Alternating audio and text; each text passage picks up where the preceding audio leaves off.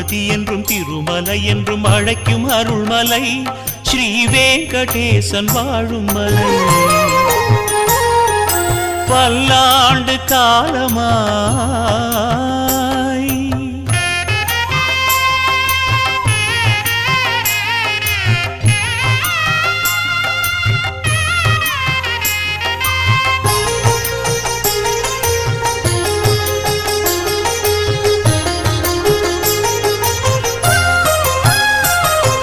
தினமும் வேத கோஷம் தெய்வீகநாதம்.